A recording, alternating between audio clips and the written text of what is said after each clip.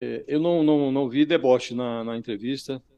Acho até que as reações dos entrevistadores foram amenas diante das mentiras que eles ouviram, né, das falsidades. O Bolsonaro é um personagem em relação ao qual você tem dificuldades para se permanecer inerte, porque é tão absurdo que algum tipo de reação sempre escapa. Agora, desde que o Bolsonaro levantou da bancada do Jornal Nacional, o bolsonarismo está se esforçando para atuar como diretor de cena da entrevista que será realizada com Isso. o Lula.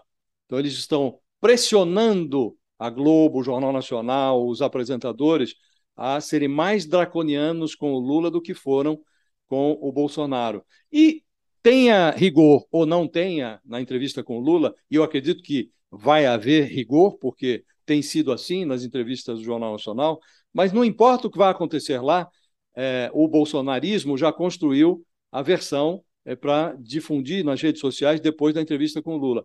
Olha como eles foram mais a menos com o Lula, pressionaram mais o Bolsonaro e deram, serviram água fresca, água com açúcar para o Lula. Isso já está escrito, vai ser assim. A gente pode analisar depois da entrevista, pode analisar amanhã, essa é a reação que está prevista. Agora, do ponto de vista do Lula, ele é comparável com o Bolsonaro e não com o Ciro. Como disse o Stácio, o Ciro não tinha não tinha uma gestão a defender. Ele é um franco atirador nessa campanha e se diferencia dos demais, porque tem um programa, goste-se ou não, tem um programa, e ele falou sobre esse programa, ele foi questionado sobre esse programa. Os outros dois, eles têm gestões a defender e têm passivos a explicar. Então, em função disso, os dois são comparáveis. Então, você pode verificar depois da entrevista com o Lula se houve rigor, se não houve rigor. Eu creio que vai haver o mesmo rigor e acontecerá com o Lula o que aconteceu com o Bolsonaro.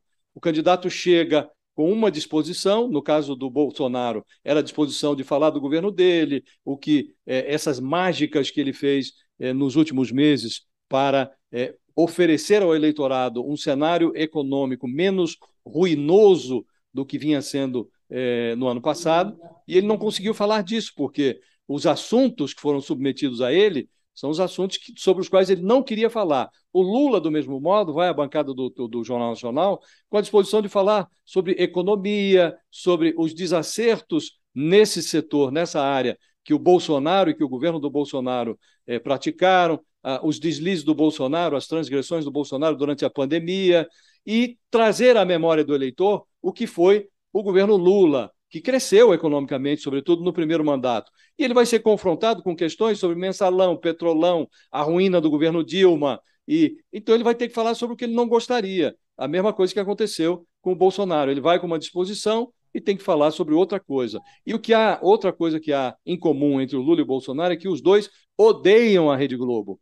Mas a bancada do Jornal Nacional tem um efeito anestésico muito grande. Eles chegam ali muito mais calmos do que gostariam. Se pudessem, esbofeteariam o William Bonner, mas eles não podem. Aí ficam calminhos, muito bem treinados. Agora, o rigor vai ser o mesmo, Fabiola.